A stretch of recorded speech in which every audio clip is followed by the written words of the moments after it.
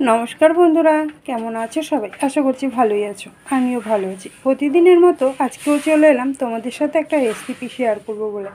আজকের রেসিপিটা কিন্তু মজাদার হতে চলেছে। এই রেসিপিটা আমার মনে হয় এঁচোড়ের অনেক রেসিপি খেয়েছো। আজকে যে রেসিপিটা তোমাদের সাথে শেয়ার করব সেটা কম সংখ্যক লোকই বাড়িতে করে খেয়েছো। তো বাড়িতেই কিভাবে করবে, তোমরা চিলি অনেক রকমই খেয়েছো আর সবাই পারো, কিন্তু এঁচোড় চিল্লিটা সহজেই করে নিতে পারবে অন্যান্য চিল্লির মতোই, কিন্তু খেতে অসাধারণ হয়। অনেক সময় কি হয়, মাংস কোনো রেসিপি রাইস কিংবা পোলাও করলে, চিকেন কষা মটন কষা করলে কিন্তু কিছু সংখ্যক বাড়িতে লোক থাকে যারা মটন বা কিংবা চিকেন কিছুই খায় না, তাদের জন্য এই রেসিপিটা একদম বেস্ট। তো চলো দেখে নিই দেখতে কতটা সুন্দর হয়েছে, পুরো চিকেন চিল্লির মতোই হয়েছে। এবার উপর দিয়ে একটু দেখতে সৌন্দর্যের জন্য দিয়ে দেব পেঁয়াজ পাতা কুচি ছড়িয়ে। এটা পুরোটাই অপশনাল, দিতেও পারো নাও দিতে পারো। এবার চলো দেখে নেবে কিভাবে বানালাম, প্রথম থেকে শেষ পর্যন্ত দেখবে। আশা করি রেসিপিটা তোমাদের ভালো লাগবে। আর তার আগে যারা এখনও পর্যন্ত আমার চ্যানেলটিকে সাবস্ক্রাইব করোনি, প্লিজ সাবস্ক্রাইব করে দেবে। আর যারা পুরনো বন্ধু রয়েছে তাদের জানাই অসংখ্য ধন্যবাদ। এইভাবেই আমার পাশে থেকো। তো ভালো থেকো, সুস্থ থেকো। তো চলো দেখে নিই রেসিপিটা। আজকে করব এঁচোড় চিলি, তাই এঁচোড়গুলো প্রথমেই কেটে ধুয়ে পরিষ্কার করে নিয়েছি, এটা সিদ্ধ করতে বসাবো।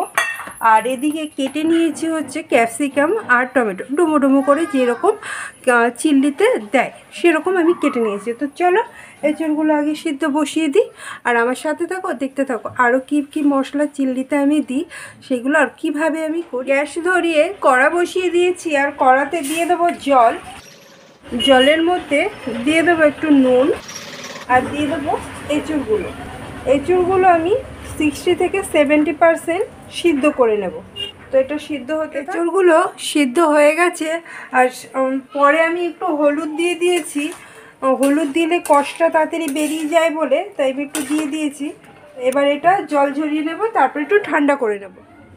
একটা বাটি নিয়ে নিয়েছি, আর তাতে দিয়ে দেবো সেদ্ধ করা এঁচোড়গুলো, আর এর উপরে দিয়ে দেবো লঙ্কা বাটা, দিয়ে দেবো আদা বাটা, দিয়ে দিচ্ছি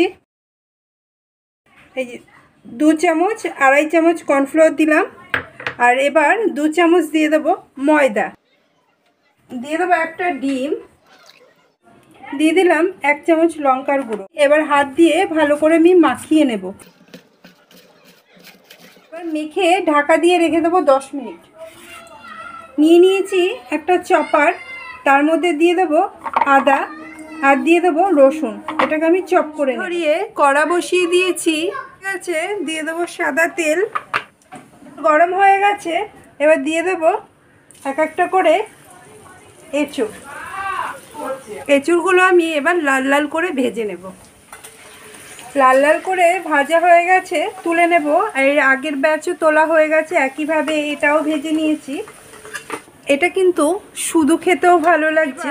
এই তেলের মধ্যেই দিয়ে দেবো গোটা গরম মশলা, যেখানে আমি এলাচগুলো ফাটিয়ে নিয়েছি।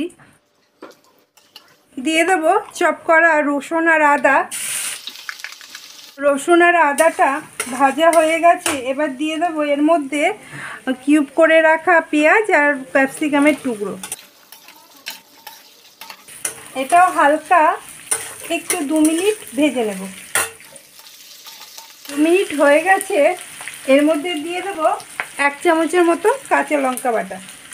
ঝালটা যে যেরকম খাবে সেরকম বুঝে দেবে। আমি 1 চামচ দিলাম, মানে সবাইকে 1 চামচ দিতে হবে, তার কোনো দরকার নেই।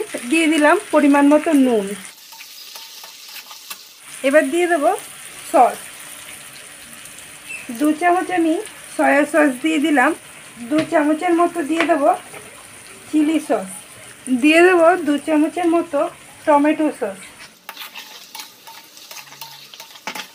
এবার দিয়ে দেবো একটু জল,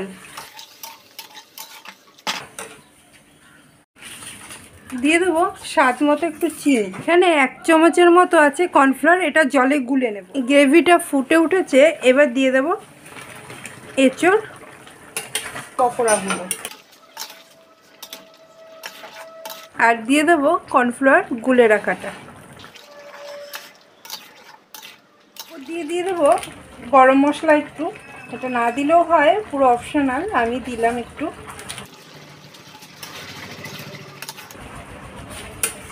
আমার রান্নাটা হয়ে গেছে, এবার গ্যাস বন্ধ করে। এখনও পর্যন্ত আমার চ্যানেলটিকে সাবস্ক্রাইব করোনি, প্লিজ সাবস্ক্রাইব করে দেবে। আর যারা পুরনো বন্ধু রয়েছে তাদের জানাই অসংখ্য ধন্যবাদ। এইভাবেই আমার পাশে থেকো। তো ভালো থেকো, সুস্থ থেকো।